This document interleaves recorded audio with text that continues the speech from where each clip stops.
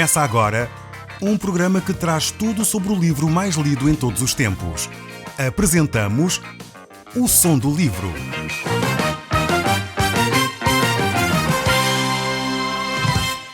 Seja muito bem-vindo. Neste podcast vai encontrar o livro mais conhecido e lido em todo o mundo. Vamos levá-lo numa viagem pela história da humanidade. Este é um audiolivro para si, para a sua família e sociedade em geral.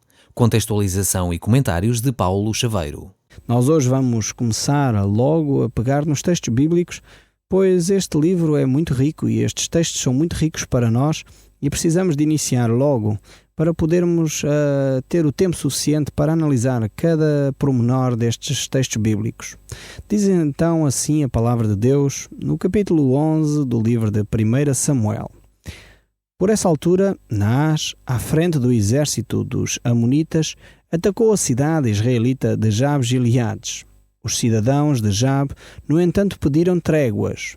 Faz connosco uma aliança de paz e te serviremos. Está bem, disse Naás, mas só numa condição: esvaziar-vos a cada um de vocês o olho direito para vergonha de toda a nação. Então dá-nos ao menos 7 dias para vermos se conseguimos obter auxílio de alguém em Jerusalém. Responderam os anciãos de Jabes: se nenhum dos nossos irmãos vier socorrer-nos, aceitamos então a vossa proposta. No último programa falámos sobre Saul e dissemos que ele não era muito sincero na forma como se conduzia, naquilo que fazia e dizia. Ele foi um bom ator, podemos dizer assim, mas talvez foi um mau rei. Nestes textos aqui vemos os inimigos da nação de Israel a tentarem fazer um acordo com esta nação com umas condições assim um pouco estranhas, umas condições bastante bizarras. Certamente, não sei se o caro ouvinte já imaginou uma situação destas. Em que situação é que de facto estes habitantes de Israel ficariam?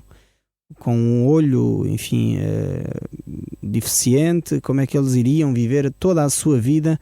Era uma proposta de facto bastante ridícula e que procurava realmente humilhar a nação de Israel. Os amonitas aqui, querem ser aliados de Israel de uma certa forma, mas apresentam um terrível plano para essa aliança que eles iriam propor fazer com a nação de Israel. E Saul então tem uma grande dificuldade, tem um grande problema como estadista para resolver agora. Os habitantes de Jabes estavam à procura de aliados entre a nação de Israel para os socorrerem, mas o texto bíblico continua no verso 4 a dizer: quando um mensageiro da povoação chegou a Gibeá, onde Saul vivia, e expôs às pessoas o apuro em que se encontravam, toda a gente desatou a chorar e a lamentar-se em voz alta. Saul tinha estado a lavrar no campo e regressava com os bois. O que é que se passa? Para que é este choro todo? Contaram-lhe então o que acontecera às gentes em Jabes. O Espírito do Senhor desceu poderosamente sobre Saul, que ficou extremamente irado. Assim pegou em 2 bois, cortou-os em pedaços e enviou-os por todo o Israel. Isto é o que vai acontecer aos bois de todos aqueles que recusarem seguir Saul e Samuel à batalha, anunciou. Deus fez com que o povo tomasse em consideração com todo o temor a cólera que Saul tinha, e assim juntaram-se todos a eles como um só homem. Contou-os depois em Bezeque, e eram 300.000, além dos de Judá, que eram só eles 30.000. Mandou, pois, mensageiros a Jabes-Gileade e disseram-lhes: salvar-vos-emos amanhã antes do meio-dia. Que alegria não foi naquela cidade quando esta mensagem chegou. Os homens de Jabes disseram então astutamente aos seus inimigos: rendemo-nos. Amanhã vamos ter convosco e poderão fazer-nos o que vos apetecer. Temos aqui então um relato da primeira intervenção, podemos dizer assim, que Saul teve no meio do povo de Israel. Primeiro vemos que o povo recebe esta notícia terrível, que os amonitas queriam vazar os olhos à nação de Israel, àqueles povos que habitavam ali na cidade de Jabes, e a atitude que eles estavam a ter para com os seus irmãos, podemos dizer assim. E o povo fica angustiado diante desta notícia, chora em voz alta. Saul, por sua vez, ao assistir a esta situação, começa a tomar, as medidas necessárias para proteger o seu povo. agora que ele era rei da nação de Israel. E vemos que ele não faz isolado. Aqui ainda estamos a ver Saul a ser orientado por Deus. Ele é tomado, digamos assim, pelo Espírito Santo, é conduzido, Deus o capacita a mobilizar também o povo de Israel para esta peleja. Vemos que ele tem de facto uma atitude bastante radical, uma atitude bastante assustadora por um lado, mas por outro lado ele tem de agir dessa forma com o povo de Israel para começar a congregar o povo em torno de si. Saul é chamado, digamos assim, a dirigir e a unir este povo em torno de si. E ele não está só ainda. Samuel está consigo. O rei sabe que Samuel era um homem de grande prestígio em toda a nação de Israel. E era necessário que Samuel ainda acompanhasse Saul neste processo. A mensagem de socorro que Jabes Gileade enviou, então chega ao rei Saul e ele próprio retribui dizendo: nós vamos ajudar-vos. E então eles comunicam com os amonitas, como nós vemos neste texto, dizendo então que se iriam render. Uma atitude astuta num período de guerra. Mas vamos tentar continuar a ver o texto bíblico. Na manhã seguinte, logo muito cedo, Saul chegou, dividiu o exército em 3 destacamentos militares e caiu de surpresa sobre os amonitas, matando neles toda a manhã. E os que escaparam com vida foram de tal maneira perseguidos que nem sequer conseguiram ficar 2 juntos. Vemos aqui que esta é uma atitude de grande vitória que Saul alcança. Vemos que ele consegue subjugar este povo, os amonitas. E o texto no verso 12 continua: então o povo exclamou para Samuel: onde está essa gente que dizia que Saul não haveria de ser o nosso rei? Que sejam trazidos aqui para os matarmos. Mas Saul respondeu: ninguém será castigado hoje, porque foi um dia em que o Senhor salvou Israel. O povo aqui traz à memória alguns que se opuseram ao estabelecimento de Saul como rei sobre Israel e agora queriam eliminar essas pessoas. Vemos que Saul começa bem o seu reinado. Ele não quer castigar pessoas que percebe que a salvação realmente veio do Senhor. Ele aqui o diz que foi um dia em que o Senhor salvou Israel. Saul aqui ainda entende que é Deus quem está a comandar a sua vida. Ele percebe que é Deus quem dirige os seus passos. E as vitórias que ele estava a alcançar eram Deus que estavam a trazer essa possibilidade para o seu meio. Então teve uma atitude sábia e correta nesta altura. O verso 14 então continua: depois Samuel disse para o povo: venham, vamos todos a Gilgal confirmar Saul como nosso rei.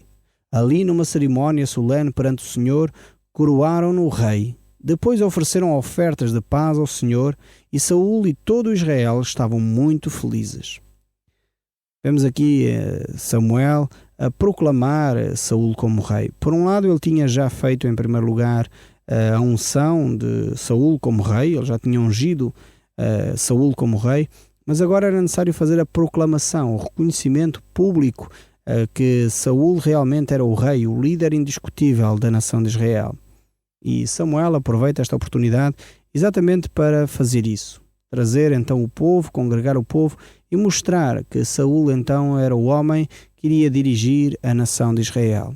O texto continua no capítulo 12, verso 1 a dizer: Samuel então dirigiu-se de novo ao povo e disse: fiz portanto como pediram, dei-vos um rei, que está agora à frente dos vossos destinos.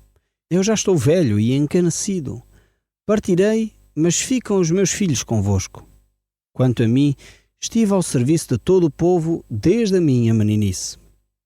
Aqui está um grande homem de Deus que chega finalmente a tomar então a decisão de se retirar do ministério. Ele chega ao fim da sua carreira. Tinha acabado de estabelecer um rei sobre a nação de Israel. A nação de Israel agora reconhece esse mesmo rei. E ele, apesar de saber que os seus filhos não eram de facto um exemplo muito bom a ser seguido, no entanto, ainda lá estão e poderão ainda permanecer com alguma referência, visto que agora tem um rei que poderá supervisionar, poderá então cuidar da nação de Israel. Vemos que Samuel então entrega, digamos assim, o seu ministério, entrega a pasta e então vai se retirar. Mas vamos continuar a olhar para a vida de Samuel, porque as coisas não são assim tão claras. E vamos ver o que é que acontece na vida de Samuel. O verso 3 continua: Agora, diante do Senhor e daquele que ele ungiu como rei, digam-me a quem defraudei, ficando-lhes com algum boi ou jumento. Alguma vez vos enganei ou oprimi? Alguma vez deixei aliciar com presentes?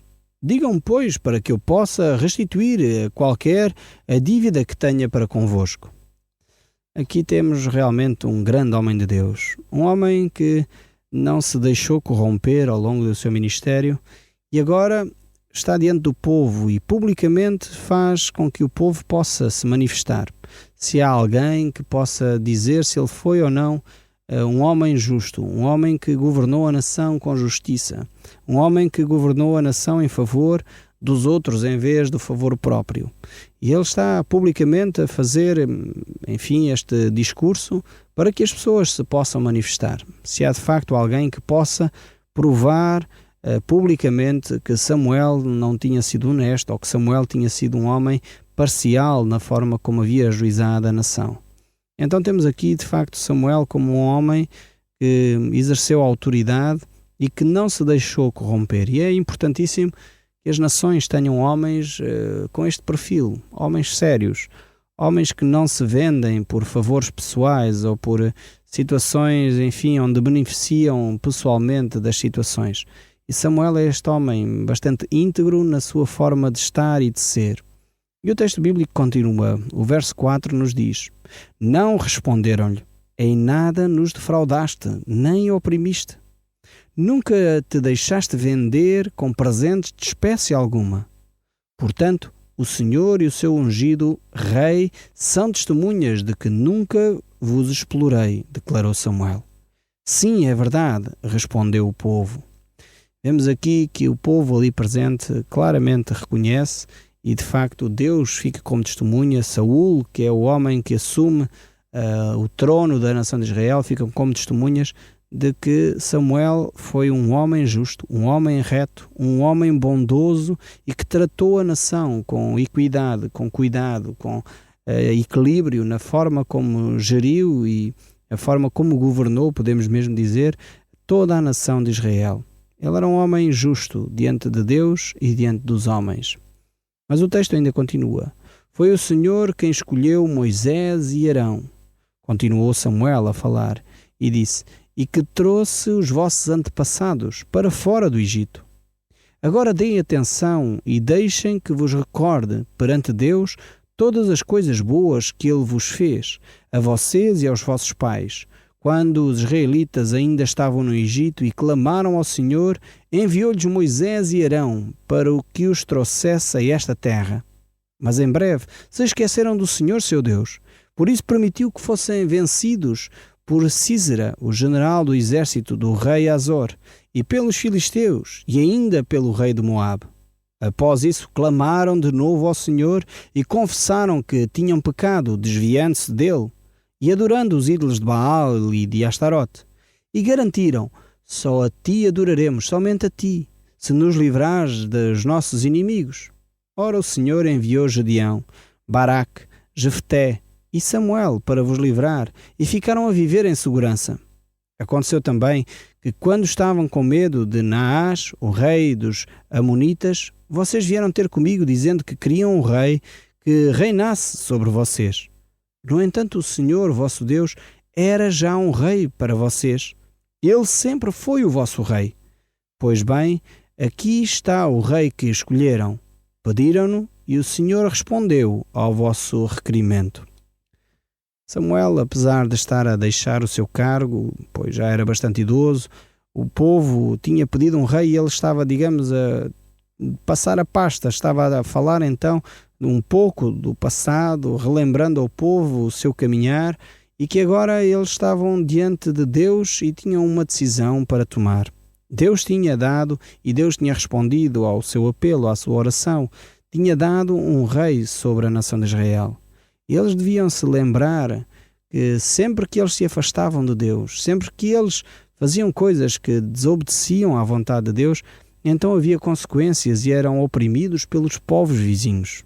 E era exatamente esta mensagem que Samuel queria deixar com a nação de Israel. Eles deveriam se lembrar que o abandono que eles tinham para com Deus tinha consequências. E não seria o rei Saul que iria resolver essa situação. Deveria ser cada elemento da nação de Israel, cada pessoa dessa nação deveria procurar essa intimidade com Deus e deveria de abandonar os ídolos, as imagens sobre as quais eles se ajoelhavam, sobre as quais eles adoravam. E isto era a grande recomendação que Samuel estava a fazer ao povo. Mas o texto bíblico continua no verso 14 a dizer: portanto, se respeitarem e adorarem o Senhor e obedecerem aos seus mandamentos, sem se insurgirem contra Deus, e se tanto vocês como o vosso rei seguirem os caminhos do Senhor vosso Deus, tudo vos correrá bem. Caso contrário, se revoltarem contra os mandamentos de Deus e recusarem acatá-los, a sua mão se tornará pesada sobre vocês, tal como foi sobre os vossos antepassados. Quer que deem agora bem atenção a uma intervenção milagrosa da parte de Deus. Deus aqui está a alertar ao povo que tinha escolhido este rei, tinha optado por ter um rei humano em vez de serem governados diretamente pelo próprio Deus, para a atenção que a aliança que ele havia feito com a nação de Israel ainda estava em vigor. Ou seja, o povo deveria ter uma atitude de obediência para com as leis de Deus e isso traria bênção para a nação. Quando o povo desobedecia, então isso traria consequências terríveis para a nação de Israel. Esta era a aliança que Deus tinha feito com a nação de Israel. Damos graças a Deus porque hoje Jesus Cristo estabeleceu uma nova aliança, uma aliança baseada no seu sangue. E quando ele estava com os seus discípulos a tomar a ceia, ele disse: eis que estabeleço uma nova aliança, uma aliança baseada na graça de Deus. Já não mais baseada numa bênção e numa maldição, não mais numa obediência ou numa desobediência, mas baseada na fé em Cristo Jesus e baseada na graça de Deus, num favor imerecido da parte de Deus. Mas o texto bíblico continua a falar. Sabem bem que normalmente não chove nesta altura do ano, durante todo o tempo da ceifa. Mas vou orar ao Senhor, e Ele mandará uma trovoada e chuva hoje, para que se deem conta da extensão da vossa maldade, pedindo um rei. Agora Deus vai dar um sinal que fique gravado na mente do povo de Israel. E este sinal era que chovesse naquela altura. Samuel então clamou ao Senhor, que mandou trovões e chuva, e o povo ficou muito temeroso do Senhor e de Samuel. É interessante que as pessoas aqui ficam mais apavoradas por causa da ação e do poder, da intimidade que Samuel tinha com Deus do que com outra coisa. E no fundo o povo é assim, quando vê fenómenos um pouco fora do comum, fica assustado. Quando vê tempestades, situações difíceis na vida, lembram-se então de que Deus realmente existe e Ele vai agir. Mas depois, quando vem o bom tempo, o tempo de bonança, o povo então esquece de que Deus é o Deus soberano, o Deus que age nas nossas vidas. Mas vamos voltar aqui ao texto, no verso 19, e continuar a ver o que a Bíblia diz. Ora já o Senhor por nós, senão vamos morrer todos, gritaram o povo para Samuel. Reconhecemos que acrescentamos aos nossos pecados ainda mais este, de ter pedido um rei para nós. E Samuel disse: não estejam com medo, tranquilizou-os Samuel.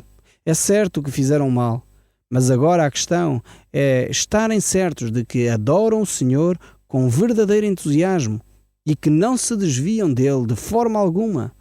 Dos outros deuses nenhum há que possa salvar-vos. O Senhor não abandonará o seu povo escolhido. Tal coisa a suceder seria um descrédito para o seu grande nome.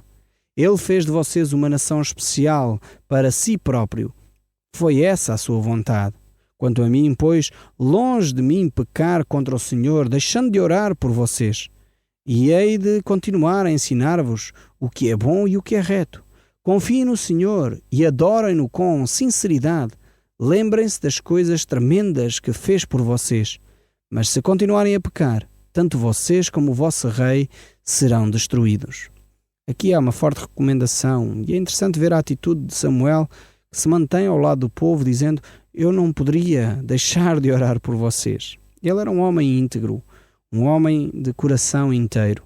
E ele sabia que o povo tinha se desviado dos caminhos de Deus e por isso mesmo quis simplesmente marcar a sua posição, mostrar que este povo não deveria ter feito o que fez para com Deus em primeiro lugar e também consigo. Por isso mesmo ele manifestou este sinal, Deus manifestou este sinal, melhor dizendo, e o povo aqui arrependeu-se dos seus atos. Mas por outro lado, Deus não queria uma posição simplesmente. Ele queria que o povo o adorasse de coração sincero. Tivesse uma relação com Deus, o povo tivesse uma relação com Deus sincera e próxima. E por isso mesmo, Samuel procurou tranquilizar o povo dizendo: busquem a Deus com o coração inteiro, busquem a Deus com entusiasmo. E infelizmente às vezes nós notamos que há muitos cristãos que perderam todo o entusiasmo. Vão à igreja, enfim, por tradição, mantêm a sua religiosidade, vão às festas, enfim, religiosas, mas Deus é algo distante na sua vida. E isso entristece o coração de Deus. Deus quer ter uma relação próxima connosco. Deus quer aproximar-se realmente de cada um de nós, de si que me está a ouvir. E Deus quer que você o adore com entusiasmo, com alegria no coração, com essa relação de um pai que ama um filho e um filho que ama o pai. E é dessa forma que você deve adorar a Deus também. Então eu deixo o desafio neste final de programa para você procurar adorar a Deus, agora mesmo, através talvez da música que vai ouvir, colocar-se numa posição de adoração para com Deus e adorá-lo de todo o seu coração. Este é o meu desejo para si também. No próximo programa continuaremos a olhar para a ação de Deus na vida da nação de Israel e deste povo, que de alguma forma se vai ou não aproximando de Deus. Até lá, fique sempre na nossa companhia e que Deus o acompanhe e guarde. O Som do Livro, uma produção da Rádio Transmundial de Portugal.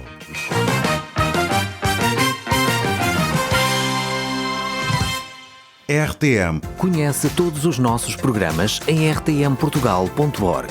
Uma produção da Rádio Transmundial de Portugal.